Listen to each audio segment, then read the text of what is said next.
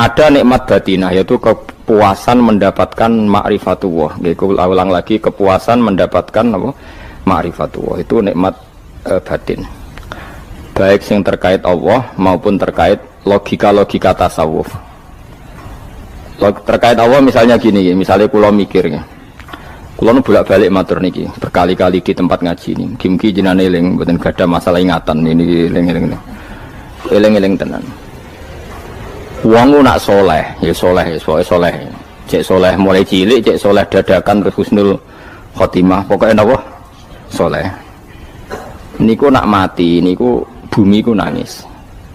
Nangise bumi ku kekurangan utawi kalong wong sing sujud ning ndekne. Ya Allah Gusti, biasanya wonten tiyang niku sujud teng nggen kula, dia berperilaku baik teng nggen kula, sakniki tiyang niku mun jenengan ambil, nangis bumi. Sakniki sing urip arek bedua-bedua, damel narkoba, damel ngefly, damel macam-macam lah. Itu nangis bumi. Langit semeneng. Semeneng. Gusti matur nuwun Gusti, orang itu saya tunggu lama, sekarang sudah engkau angkat ke tempat kami. Maksudnya diangkat teng langit. Sing bumi nangis, sing langit apa? Seneng. Nah kemudian kita berpikir begini, bumi kok iso nangis ku piye? Nah itu terserah, sampai apa termasuk ulama zahir, apa termasuk ulama batin. Kalau ulama zahir mengatakan bumi nangis itu mau kinayatun anil husni, pokoknya pantesi bumi itu susah, wong kelangan putra terbaiknya. Tapi nak cara ulama-ulama hakikat yang mengenali sekali betapa kudrohnya Allah, betapa kudrohnya Allah itu tidak terbatas. Itu yang meyakini bumi nangis itu nangis tenan. Misalnya ngaten kalau tak terang malih ya. Kowe bayangno dadi Nabi Adam, ngrungokno kowe. Kowe bayangno dadi Nabi Adam. Nabi Adam tenan maksudnya. Terus Nabi Adam orang pertama dia tahu betul kalau dia dicipta dari bumi. Dan dia pula tahu betul, beliau tahu kalau dia bisa ngomong, bisa mikir, bisa macam-macam. Terus indukannya beliau itu bumi. Mesti pikiran Nabi Adam, jangan-jangan bumi ini juga bisa berpikir kayak saya. Ini kan materi saya, karena saya dari bumi ini bisa ngomong, bisa melihat macam-macam. Terus bedanya apa manusia mbek napa? Umpama kowe dadi nabi napa? Adam. Orang yang dekat sekali, qoribu ahdin, dekat sekali dengan kesaksian kudroh Allah. Gini ku dekne roh nak materine kok bumi, dan dia orang pertama yang urung lali kamane. Tapi ketika sudah ribuan orang, mungkin jutaan orang, lali, seakan-akan bumi itu tidak jenis dari kita. Bumi adalah hal yang berbeda dengan kita. Kita manusia berakal, bumi itu benda mati. Terus kowe katut wong goblok-goblok, bumi itu benda mati. Sajane ya rada kriminal wong Islam muni bumi itu benda mati. Enggak bisa berpikir, yang bisa berpikir hanya manusia. Itu kengawuran-kengawuran yang kita ciptakan sendiri, kita wariskan turun-temurun. Umpama kowe iku dadi ulama, ngomong ngono iku isin. Bumi kok nyekseni kue sujud, banyu nyekseni mbok pangan, mbok ombe kanggo sujud. Semua itu bersaksi tentang kita. Ya, lan sampean tanglet kula, cara melogika gimana? Begini, tak wari cara gampang-gampangan ya. Tawarai tauhid sing kasyaf. Tauhid ini yang dawuh Sayyidina Ali lau kusifal khata umastatu yakinan.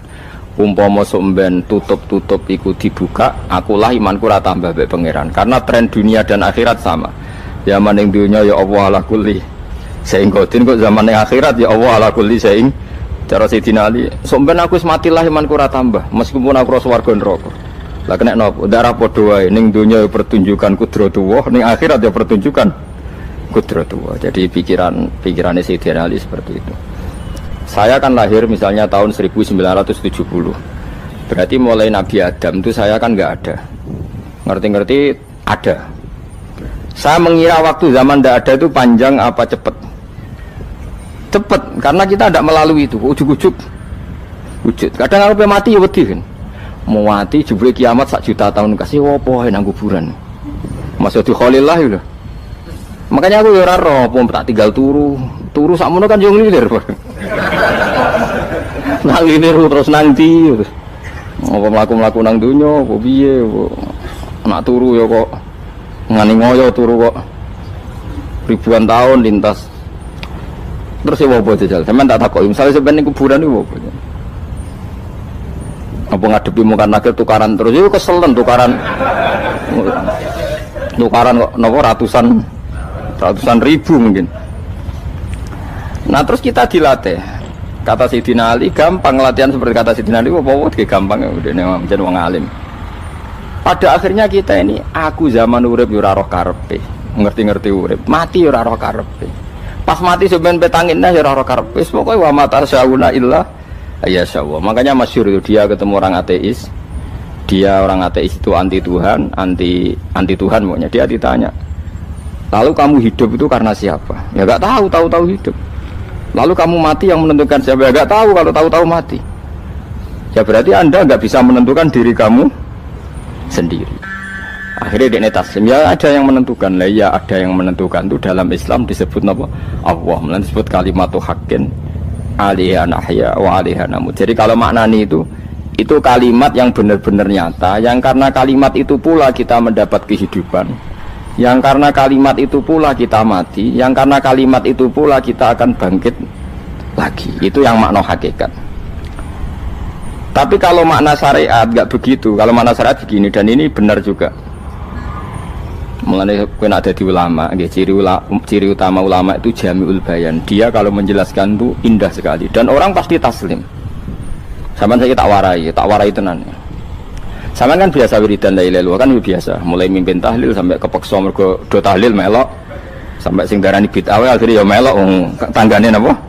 Tahlil. Soale wae. Kata Ibnul Qayyim Al-Jauziyah dalam kitab Zadul Ma'ad. Kitab Zadul Ma'ad itu kitab kesayangannya Sayyid Abdul Al-Haddad. Sayyid Abdul Al-Haddad itu pengarang kitab Zadul Ma'ad. Padahal kitab ini dikarang oleh muridnya Ibnu Taimiyah. Abdul Al-Haddad itu gak seneng Ibnu Taimiyah tapi seneng muridnya. Jadi di sini ulama ya demokratis. Gak seneng gurunya tapi seneng. Saja nih Ibnu Taimiyah itu orang baik. Ya ulama top ya baik, ya waras top. Tapi ngerti-ngerti Wahabi itu identik dengan Ibnu Taimiyah. Akhirnya ulama ahli sunnah penyebut itu terus isin. Mulane kiai-kiai ra ono sing dalil kala Ibnu Taimiyah mergo dicap Wahabi. Padahal Ibnu Taimiyah wong alim. Di kitab-kitab kita termasuk Sayyid Muhammad piyambak nanya Ibnu Taimiyah kala Syekhul Islam no kala. Tapi kan ini sudah milik Wahabi sehingga kita ini terus akhirnya gak gelem nyebut. Ya jadi kitab koyo dalil fastabiqul khairat iki apa par iki dadi dalil yo dhewe-dhewe. Wah parah tenan wong-wong. Dulu saya melihat orang enggak kunut itu ya biasa. Mergo saya sebagai wong alim ngerti iku madzhab Abu Hanifah. Saiki nek ora kunut Muhammadiyah.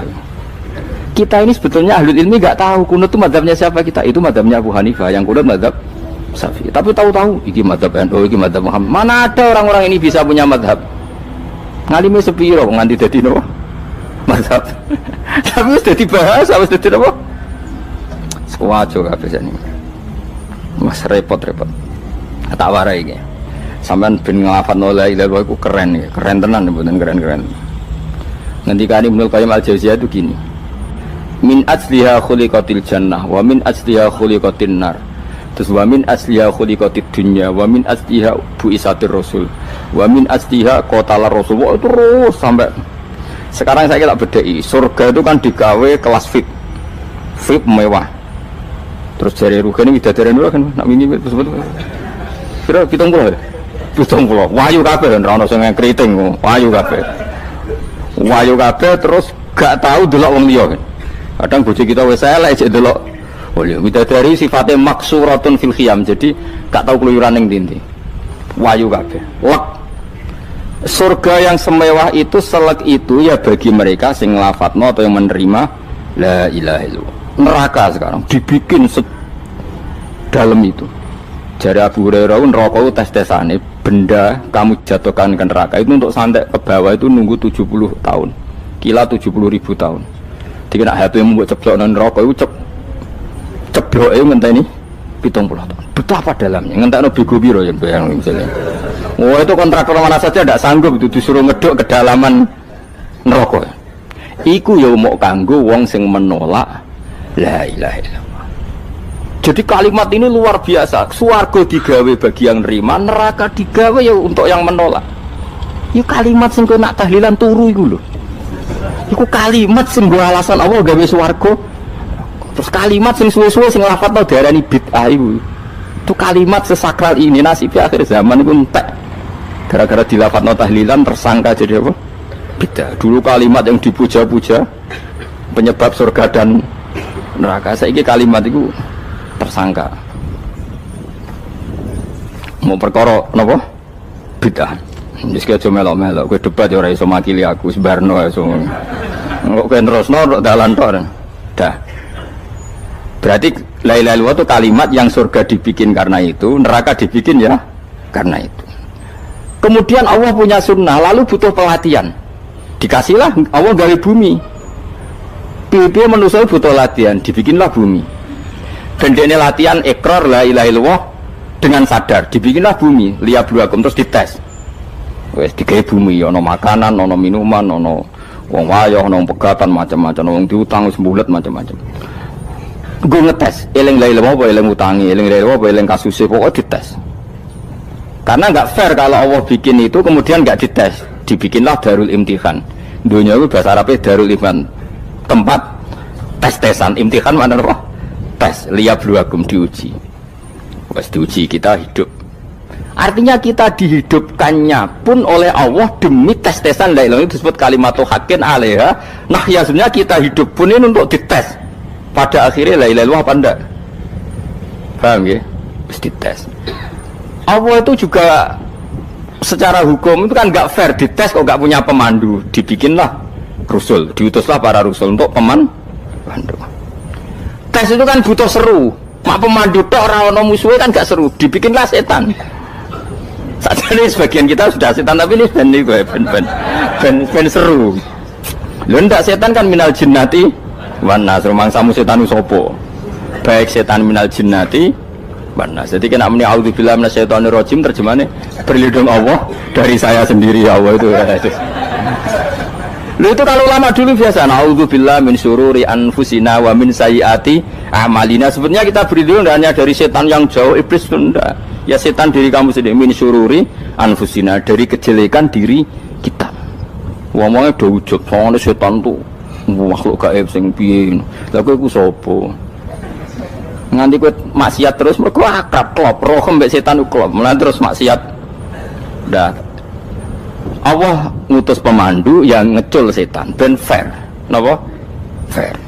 Jadi semua darul ibtila ini juga demi kalimat. Nah, makanya disebut kalimatu haqqin sing alaiha nahya. Kita hidup ya demi mendapatkan kalimat itu. Kita mati nanti ya demi kalimat itu, artinya mati ke neraka ya karena kalimat itu kita menolak atau mengabaikan. Masuk surga ya karena kalimat itu kita hormat, kita benar dalam memperlakukan kalimat itu. Berarti alaiha nahya wa alaiha nam.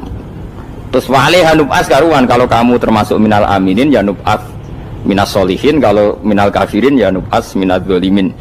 Tapi semua desain dunia ini hanya demi kalimat la ilaha illallah Muhammadur Rasulullah.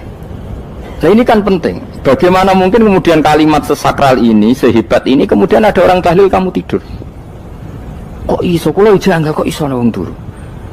Misalnya kayak mangkel, kalau mangkel sing mimpin Gus, wira barbar. Bagaimana mungkin kalimat yang menyelamatkan Anda kemudian Anda anggap problem? Elek gak?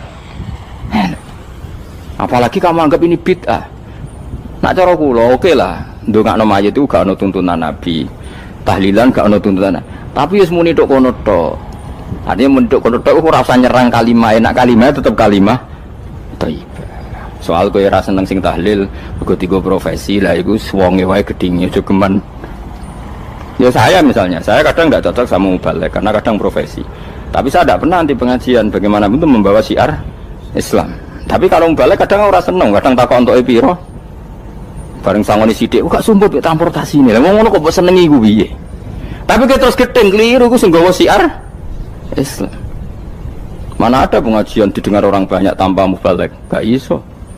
Ini iso melepukno barang-barang ra penting dadi penting iso. Lah cara guruku teng sareng ning ape mlepuk kanggo panggung barang perkara. Tapi kadang ya benar. Yang namanya mudin mubalek ya itu bisa benar bisa salah, tapi kamu nggak boleh gedeng kalimatnya. Piye kalimat itu kalimat hak. Nah, ini penting kula utarakan. Sehingga zaman Nabi Sugeng ini rungokno tenan ngaji kula. Zaman Nabi Sugeng ada sahabat. Namanya tuh Usamah bin Zaid. Ini sahabat kesayangannya Nabi, hibbu Rasulillah. Usamah itu diutus Nabi perang. Ini dengerin ya, diutus perang. Pas perang itu si kafir tadi menggal temannya. Ada yang tangannya putus, kakinya putus. Wah, seorang kafir ini sudah luar biasa.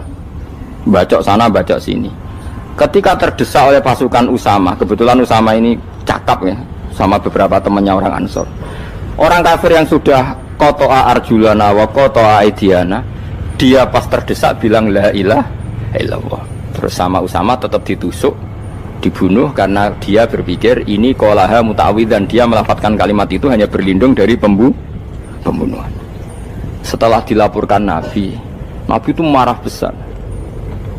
Nabi ngendikan kaifa anta ya Usamah bila ilaha illallah idza ja'at bika yaumal qiyamah. Kowe nek ditakoki la ilaha illallah ku piye? Piye-piye wis ngomong la ilaha illallah, tapi sampai ngomong ngoten sakwise ngethoki tangan kula, maksudnya tangan kula tangan kelompok saya, kaki saya. Nabi tetap jawab kaifa bila ilaha illallah idza ja'at bika yaumal qiyamah. Pokoknya Nabi menyoal terus. Sampai menjadi fatwa ijma'nya fuqaha, siapapun yang melafadzkan la ilaha illallah harus kita terima meskipun qolaha muta'awwidzan, meskipun saat melakukan hanya cara zahir berlindung dari kematian, sehingga kita terima. Orang kafir yang 80 tahun kafir melafadzkan la ilaha illallah 1 menit menjadi mukmin. Sampai ada ayat qulil ladzina kafaru iyantahu yufar lahum ma qad salaf. Ini kalimat yang sakral, bahkan kafir yang 80 tahun saja menjadi mukmin hanya karena melafadzkan la ilaha illallah. Mulanya yang ngaji saya, yang senang saya, jangan pernah kamu mengatakan ada bid'ah yang orang bisa jadi kafir. Bagaimana mungkin orang mukmin yang ke kuburan dan melafadzkan la ilaha illallah kamu katakan kafir? Padahal kalimat ini yang kafir 80 tahun saja menjadi mukmin. Saiki ana wong lafadzno la ilaha illallah mergo salah tempat pinggir patok mbok arani kafir. Kok aneh. Sing kafir 80 tahun dadi mukmin iki gara-gara ngafalno la ilaha illallah dadi kafir. Mergo mau salah tempat ning pinggir apa? Patok. Mboten ora cocok muni nganggur, wong sering ziarah ku nganggur. Nyatane ya tenan. Cara dekne pegawai negeri ora sering ziarah. Nah iku tapi ora usah muni kafir, muni kafir gak mungkin lah. Coba kalimat ini itu orang kafir yang 80 tahun menjadi apa coba dengan melafadzkan kalimat ini? Mukmin kan? Berarti kalimat ini adalah kalimat penghilang kekafiran. Lalu karena dilafadzkan secara salah dianggap kafir. Hanya karena bid'ah itu tidak mungkin.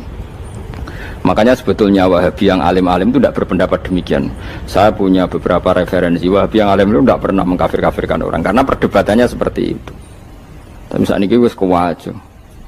Sebenarnya kalau orang alim itu ya mirip-mirip, entah Wahabi entah tidak mirip-mirip. Karena kalimat tadi. Wahabi itu kitab terbesarnya itu Ibnu Taimiyah. Ibnu Taimiyah itu punya murid Ibnu Qayyim Al-Jauziyah. Itu sampai sekarang saya lihat di fatwanya Ibnu Taimiyah itu begitu hormat sama orang-orang kita ini sama. Tapi tahu-tahu lewat penyaduran sana sini terus menjadi kacau. Jadi kalau balik ini malah sampai anak kepengen dua nikmat batinah seperti tadi yang saya utarakan.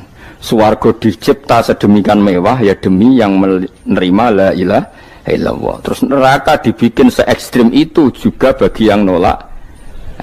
Kemudian dibikin daru pelatihan yaitu dunia ya karena kalimat berarti kalimat itu luar biasa.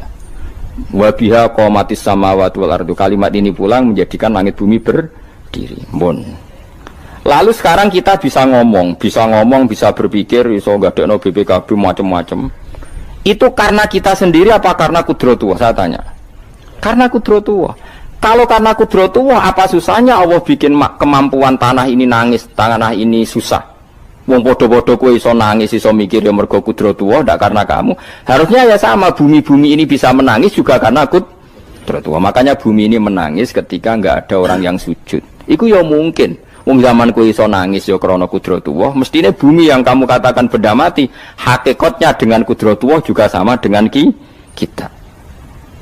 Mulane tenggene kitab Al-Husunul Hamidiyah, kula ngrasa utang tenan mbek kitab niku. Dulu saya ngaji 2 tahun kitab Al-Husun. Kitabnya kecil tapi saya ngaji itu 2 tahun.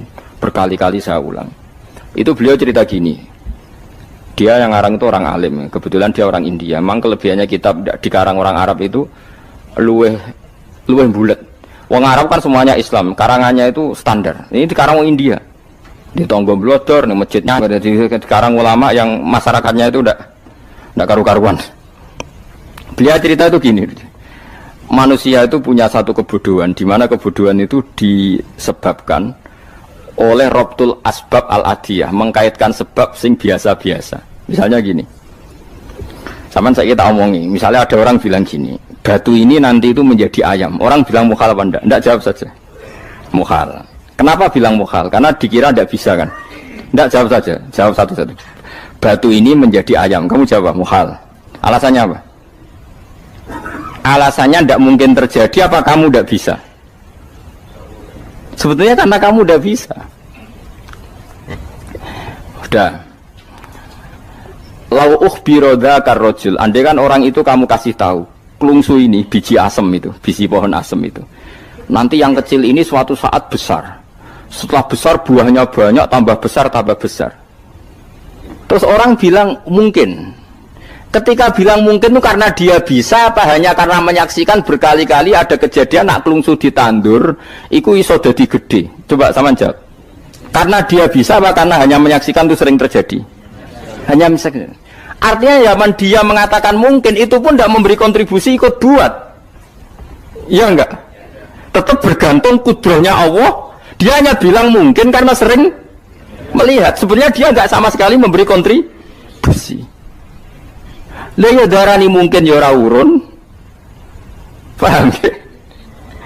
Lalu kenapa dia kecangkeman terus muni wong wis mati dadi lemah gak mungkin dadi manusa meneh. Lho zaman dadi manusa sing wis ngene iki kok mani dene lara melo gawe. Terus muni mungkin mergo sering terjadi, sering roh, sering bersaksi. Berarti sebetulnya manusia itu pakai ukuran dia mampu tidak mampu apa pakai ukuran bersaksi melihat. Bersaksi. Nah ini kan problem kita sebagai manusia itu problem. Makanya disebut wa kanal insanu zaluman jahula wis goblok aja-aja. Mereka manusia itu nak wis goblok aja-aja. Makanya saya kemarin diminta ngisi di pondok kajen. Kalau sampeyan berdebat sama orang ateis atau orang komunis itu gampang saja. Dilatih begini seperti teorinya Quran. Ya nanti saya teruskan ini tak ulang lagi ya. Saya ulang lagi ya. Andai kan nggak pernah terjadi telur itu jadi ayam, nggak pernah terjadi sama sekali. Telur itu jadi ayam. Terus kamu mengasih tahu orang tadi, telur ini loh nanti jadi hewan yang hidup terus terbang. Mesti dia bilang mukhal, mau benda mati kok nanti jadi benda hidup yang terbang ngalor ngidul. Berhubung sering terjadi dan dia pun tidak ikut bikin, bilang mungkin. Paham? Saya ulang lagi ya. Berarti dia bilang mungkin karena sering apa? Terjadi dan dia lihat. Andai kan pertama kali gak ada telur sama sekali yang jadi ayam, terus pengalaman pertama di dunia belum pernah terjadi. Kamu kasih tahu telur ini nanti jadi ayam terus terbang. Orang ini bilang mukhal enggak? Mukhal. Berhubung sering terjadi bilang enggak? Nah berarti kita nanti bangkit dari kubur gampang saja bagi Allah. Cuma belum pernah terjadi kamu mengatakan mukhal. Nah makanya otak kita harus dibenahi. Makanya jogeman percaya ambek yang pernah kita lihat, yang sering kita lihat. Percayalah dengan akal, tapi akal waras deh. Karena waras itu serepot tatanannya wangil. Makanya Islam itu melatih. Kul falillahil hujjatul balighah. Misalnya begini ya, dulu kalau Gerwani atau PKI atau siapa saja lah, itu kalau melatih anak-anak TK, makanya seorang ulama harus punya kecakapan penjelasan ibanatul ahkam. Itu anak-anak kecil dilatih. Anak-anak kamu terpejam, mintalah manisan sama Allah. Ya Allah saya minta manisan, saya minta permen. Terus disuruh buka, dapat enggak anak-anak? Enggak dapat bu, wah berarti Allah enggak ada. Sekarang minta sama bu guru. Bu guru kami minta permen dikasih. Berarti yang ada bu guru bukan Tuhan gitu. Akhirnya jadi gerakan ateisme.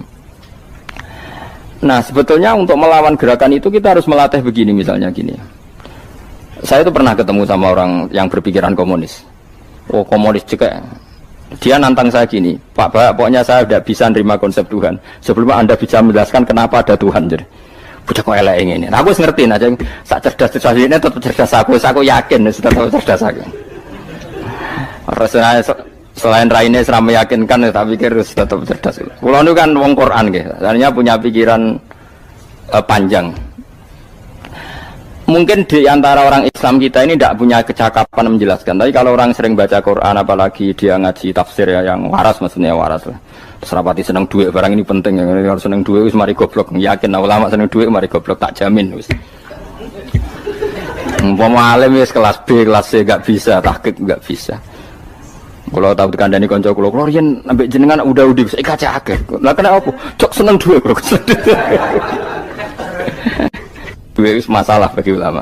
Orang duit lebih masalah kan ya. Maksudnya rasa senang tapi ojo terus gak duit.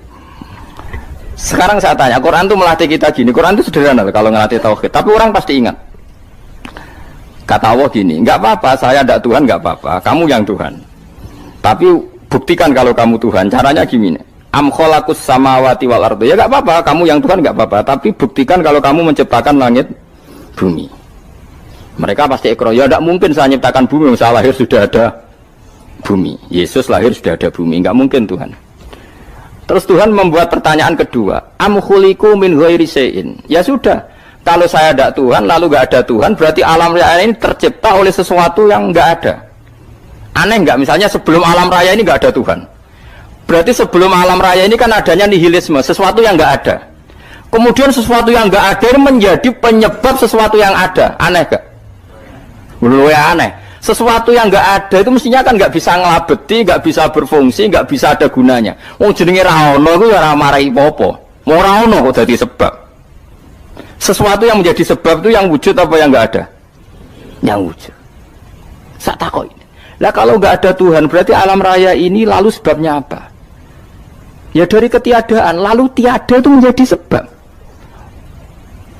Leong tiada kok jadi sebab tekem lho. Mikir.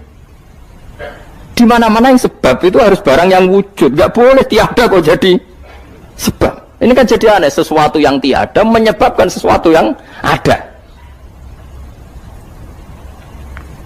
Terus dia bilang, ya pokoknya ronde ini kalah, Pak. Tahu kapan tak pikir aja. Pikir nganti mati temenang aku ini. Makanya sebetulnya dalam ilmu mantek, pertama itu kita tidak harus iman Tuhan itu namanya Allah, tidak harus. Makanya pertama dikenalkan, sementing kenal Tuhan itu ada dulu. Disebut zat sing wajibil wujud, belum disebut namanya Allah. Allah itu disebut nama Islam, itu paham ya? Saya ulang lagi, Allah disebut itu nama Islam. Tapi kalau penemuan akal hanya sampai kita ini butuh zat sing wajibil wujud, sing menjadi penyebab semua alam raya ini. Di bahasa Arab disebut musabbibul asbab. Belum menyebut Allah musabbibul asbab. Islam pun pertama Iqra turun ya gak nyebut Allah. Iqra bismi rabbikal ladzi khalaq, khalaqal insana min 'alaq. Iqra wa rabbuka. Tuhan itu siapa? Yang mencipta. Nah, yang mencipta ini oleh syariat Islam disebut apa? Tapi dalam logika yang penting kowe kenal sik ana musabbibil asbab. Pastikan bahwa alam raya ini yang wujud pasti disebabkan sesuatu yang ada. Nggak boleh barang wujud kok diciptakan oleh sesuatu yang tidak ada. Yang gendeng ora barbar barang ra ono mbok sifati al khaliq. Sing gawe langit bumi apa? Pencipta. Penciptane apa? Sesuatu yang tidak ada. Kowe ikhlas dutek ngono kowe ikhlas ta ora? Gak kowe ikhlas ta ora dutek ngono kowe ikhlas ta. Kowe gelem dadi bodho niku. Gelem kowe. Mboten. Nah, nikmat ngono jenenge nikmat batin. Mulane sing suwenang mbek kalimat la ilaha illallah. Wis ana sing bid'ahnallah iku wong nganggur wis beno sak uni-unine. Tapi kadang memang kita berlebihan. Tahlilan ra barbar 40 dina ini ra barbar. Muga alasane wis disangoni akeh tahlil sedih lho sakake penggemar sing keselen sing rantuk sangu ya butuh cepet. Lane cara kula niki penting kula utara nggih. Kowe nek ora cocok tahlilan 40 dina wis ngomong ae kira cocok model harinya. Tapi ki aja menolak kalimat la ilaha illallah iku disifati Kanjeng Nabi kalimat thayyibat. Wong Nabi nyifati thayyibah, kalimat yang suci kok nyifati bid. Tak soal kira cocok wong sebut. Misalnya kamu bilang saja wong mati wis sangu amale lha apa didongakno barang. Nek kowe pengen ndonga ora usah ndonga. Wis ora usah biasa wae. Kula lah mbok dongakno ya ora seneng. Gak meyakinkan. Karo dene mlebu swarga butuh dongamu ora ono swarga fadhole pangeran apa mbok dongano barang. Nah tapi kowe donga aku ya seneng. Senenge ya semau lah timbang nyanyi-nyanyi rame-rame sadok donga. Mbok mandi apa ora pokoke donga. Saya ulang lagi ya. Makanya Quran itu melatih logika sampai seperti itu. Am khalaqus samawati wal ard bal la yuqinun sampai terus diulang-ulang. Am khuliqu min ghairi syai'in. Kalau mereka merasa Tuhan nggak apa-apa, tapi buktikan mereka ini wujud sendiri tanpa sebab. Atau begini, kalau mereka tidak tahu sebab pencipta langit bumi, mereka sendiri suruh yakin kalau mereka adalah penciptanya. Amhumul khaliqun, nggak apa-apa. Ya tapi masih Abu Jahal gendeng lah, masih Abu Lahab ngawur lah, nak takoi ya wes pangeran kowe wae sing gawe langit bumi. Penggemarnya saja pasti tertawa. Masa Abu Lahab darani pencipta langit bumi, wong lahir wae ning bumi. Tapi Quran oleh ngejawab am khalaqus samawati wal ardo. Apakah mereka menciptakan langit bumi? Bala yuqinun, mereka pun tidak pernah yakin. Jadi itu pangeran. Makanya di mana-mana orang alim itu suka debat. Karena pangeran sendiri kalau menjelaskan kebenaran seringnya juga nantang debat. Kata Allah, Qul ara'aytum ma tad'una min dunillah aruni madza khalaqu minal ardi am lahum syirkun fis samawat. Enggak apa-apa mereka Tuhan kata Allah, tapi buktikan zaman langit diciptakan mereka memberi kontribusi apa? Apa urun bego, apa urun cagak, apa piye lah pas aku gawe langit iku dekne urun apa jare am lahum syirkun fis samawat. Misale urun apa lah? Urun tol ta urun apa ta urun apa lah. Itu pangeran. Mereka kan pasti menjawab enggak. Terus itu nih bi kitab biming qoblihada. Kalau kamu nggak percaya Quran sebagai kitab, nggak apa-apa. Tapi buktikan kamu punya kitab tandingan. Nggak, mereka nggak punya juga. Atau gini, nggak usah Quran, nggak usah sakralan. Au atharatim min ilmin, atau kajian ilmiah yang membuktikan bahwa Yesus itu Tuhan, atau yang membuktikan bahwa berhala itu Tuhan. In kuntum shodiqin, nggak apa-apa kalau kamu benar, buktikan. Nah itu makanya semua nabi itu punya kecerdasan. Karena tadi nabi kadung nantang itu nih bi kitab biming qoblihada au atharatim min ilmin in kuntum shodiqin. Tapi sekarang orang alim soleh itu jarang. Yang ngono anggere wong soleh rapati ngalim, anggere sing alim biasanya rapati soleh. Lah kula itu masuk rontok-rontok ya isih rontok soleh ya rontok, tapi lumayan masih menjaga hujjatullah tadi. Sebab itu ulama dulu mengajarkan Allah itu siapa? Disifati zat sing wajibil wujud. Karena alam ini kadung ada. Kalau alam ini kadung ada, pasti penyebabnya sesuatu yang wujud. Tapi kalau wujudnya mungkin, bahaya.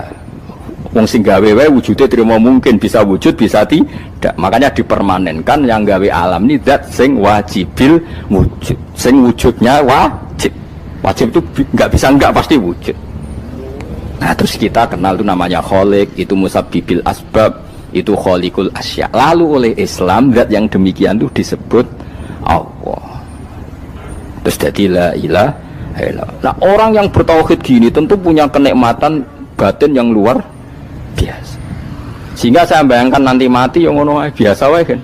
Gusti zaman kula teng donya ora melok ngatur oksigen, ngatur nyawa, ape mati ndak ra ngoten. Mulane jare Sidin Ali, jenengan jenengan nak mati tambah pinter apa biasa? Ya biasa wae.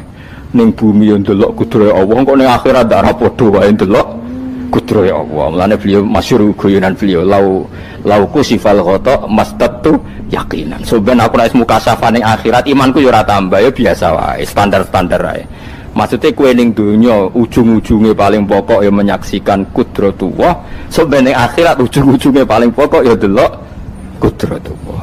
Ning dunya saiki Allah ya matlubi sing kita cari, so ben ning akhirat ya Allah matlubi. Paham ya? Artinya hukum dunia dan akhirat itu sama. Kita di dunia golek ridhanya Allah, ning akhirat ya golek napa? Ridhanya Allah. Lah soal kecil itu, tapi ning akhirat masalah Gus pun rokok masalah, diutang ditagih yo masalah, kere suwi ku yo masalah. Ya biasa jenenge makhluk anane masalah. Sing ora oleh di masalah pangeran. Pangeran duwe masalah. Biasa wae. Lah makanya kula suwun nggih aja geman gedeng